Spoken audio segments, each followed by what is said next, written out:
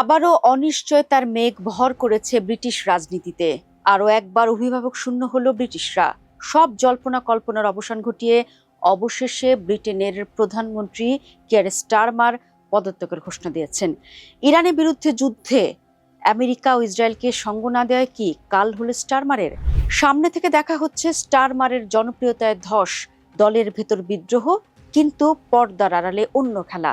কারণ সম্ভাব্য প্রধানমন্ত্রী হিসেবে যার নাম বেশি আলোচনায় আসছে তিনি হলেন অ্যান্ডি বার্নহ্যাম। অ্যান্ডি বার্নহ্যাম কট্টর ইসরায়েল সমর্থক নন, বরং ইসরায়েল ও ফিলিস্তিন ইস্যুতে তিনি তুলনামূলক ভারসাম্যপূর্ণ ও মধ্যপন্থী অবস্থান বজায় রেখেছেন। তবে 2015 সালের এক ভিডিওতে দেখা যায় তিনি বলেছিলেন লেবার পার্টির নেতা হিসেবে তার প্রথম বিদেশ সফর হবে ইসরায়েল। নতুন করে ভিডিও প্রকাশ্যে আসতেই অনেকে মনে করছেন তার পররাষ্ট্রনীতি হবে ইসরায়েল ঘেঁষা। তার মানে কি শেষ পর্যন্ত ইসরায়েলের অদৃশ্য শক্তি কি খেলা ঘুরে দিয়েছে ব্রিটেনের রাজনীতিতে?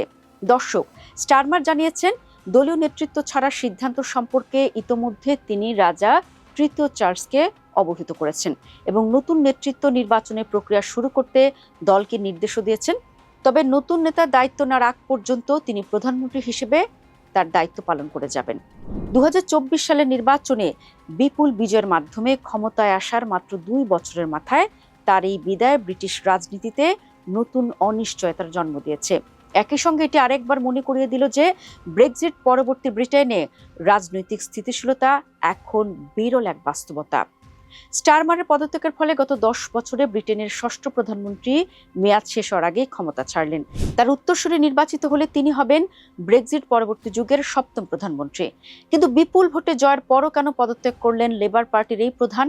দর্শক, ব্রিটেনের সাধারণ নির্বাচনে ব্যাপক সংখ্যাগরিষ্ঠতার মাধ্যমে লেবার পার্টিকে ক্ষমতায় আনতে নেতৃত্ব দিয়েছেন কিয়ার স্টারমার।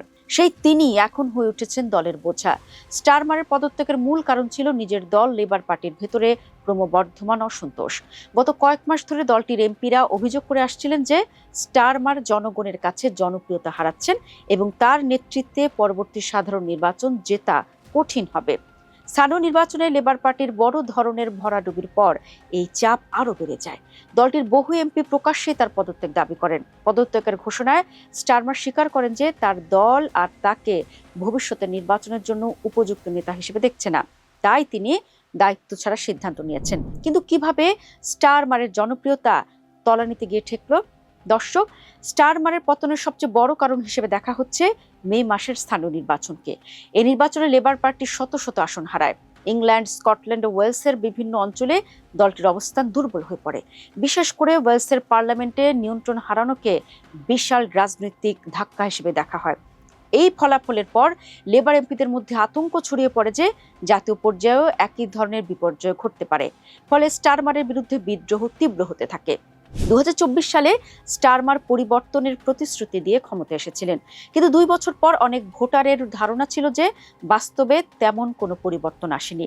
অর্থনৈতিক প্রবৃদ্ধি প্রত্যাশা তুলনায় কম ছিল, কর বৃদ্ধি নিয়ে অসন্তোষ ছিল, বিভিন্ন নীতিগত সিদ্ধান্ত নিয়ে সমালোচনা তৈরি হয় এবং সরকারকে অনেক ক্ষেত্রে দিক নির্দেশনাহীন বলে মনে করা হচ্ছিল। এছাড়া কয়েকটি বিতর্কিত নিয়োগ ও নীতিগত ইউ-টার্ন তার ভাবমূর্তি ক্ষতিগ্রস্ত করে। বিরোধীরা তাকে দুর্বল ও অকার্যকর নেতা হিসেবে তুলে ধরতে সক্ষম হয়। স্টারমারের বিরুদ্ধে শুধু সাধারণ এমপিরাই নয়, মন্ত্রিসভার সদস্যরাও অবস্থান নিতে শুরু করেন। গত কয়েক মাসে একাধিক মন্ত্রী পদত্যাগ করেন। অনেক জ্যেষ্ঠ নেতা প্রকাশ্যে বা গোপনে নেতৃত্ব পরিবর্তনের পক্ষে অবস্থান নেন। পরিস্থিতি এমন পর্যায়ে পৌঁছে যে সরকারের গুরুত্বপূর্ণ সদস্যরাও তাকে সরে যাওয়ার জন্য চাপ দিতে থাকেন। রাজনৈতিক বিশ্লেষকদের মতে, যখন একটি দলের এমপিরা বিশ্বাস করতে শুরু করেন যে বর্তমান নেতা নির্বাচনে জিততে পারবেন না, তখন তার ক্ষমতায় টিকে থাকা প্রায় অসম্ভব হয়ে পড়ে। স্টারমারের ক্ষেত্রেও সেটাই ঘটেছে। তবে প্রথমেই যেটি বললাম, স্টারমারের পদত্যাগের পেছনে আরেকটি গুরুত্বপূর্ণ কারণ হলো অ্যান্ডি বার্নহ্যামের উত্থান। সম্প্রতি একটি গুরুত্বপূর্ণ উপনির্বাচনে বার্নহ্যামের জয় তাকে লেবার পার্টির সম্ভাব্য নতুন নেতা হিসেবে সামনে নিয়ে আসে। অনেক এমপি মনে করতে শুরু করেন যে বার্নহ্যাম স্টারমারের তুলনায় ভোটারদের কাছে বেশি গ্রহণযোগ্য, ফলে নেতৃত্ব পরিবর্তনের দাবি আরও জোরালো হয়ে ওঠে। কিন্তু ব্রিটেন ও এর বাইরের সবচেয়ে বড় আলোচনার বিষয় হচ্ছে 10 বছরে কেন এত প্রধানমন্ত্রী বদল হলো দেশটিতে। দর্শক, স্টারমারের পদত্যাগ কোনো বিচ্ছিন্ন ঘটনা নয়, বরং এটি ব্রিটিশ রাজনীতির দীর্ঘমেয়াদী অস্থিরতার অংশ। 2016 সালে ব্রেক্সিট গণভোটের পর ডেভিড ক্যামেরন পদত্যাগ করেন। এরপর একে একে ক্ষমতায় আসেন টেরিজা মে, বরিস জনসন, লিজ ট্রাস, ঋষি সুনাক এবং কিয়ার স্টারমার। এখন আসছেন নতুন আরেক প্রধানমন্ত্রী। প্রতিটি নেতাই কোনো না কোনো রাজনৈতিক সংকট, অভ্যন্তরীণ বিদ্রোহ, নীতিগত ব্যর্থতা বা জনসমর্থন হারানোর কারণে বিদায় নিয়েছেন। স্টারমারের অনেক ঘটনার বাইরেও একটি বিষয় গুরুত্বপূর্ণভাবে দেখা হচ্ছে, সেটি হচ্ছে ইরান যুদ্ধে আমেরিকা এবং ইসরায়েলকে সমর্থন না করা এবং সরাসরি সেই যুদ্ধে যোগ না দেওয়াটাও অনেক গুরুত্বপূর্ণ ইস্যু হিসেবেই দেখছেন রাজনৈতিক বিশ্লেষকরা। সবশেষ তথ্য হলো, স্টারমার জানিয়েছেন নতুন নেতা নির্বাচিত না হওয়া পর্যন্ত তিনি দায়িত্বে থাকবেন। লেবার পার্টির নেতৃত্ব নির্বাচনের প্রক্রিয়া শিগগিরই শুরু হবে এবং সেপ্টেম্বরের আগে নতুন নেতা নির্ধারিত হওয়ার সম্ভাবনা রয়েছে। ব্রিটেনের এই মুহূর্তের রাজনৈতিক অস্থিরতার কারণে জনগণ সরাসরি প্রধানমন্ত্রী নির্বাচন করবে না, সংসদের সংখ্যাগরিষ্ঠ দলের নেতাই প্রধানমন্ত্রী হন। তাই লেবার পার্টির নতুন নেতা বেছে নিলে তিনি দেশের নতুন প্রধানমন্ত্রী হয়ে যাবেন, আলাদা জাতীয় নির্বাচনের প্রয়োজন হবে না।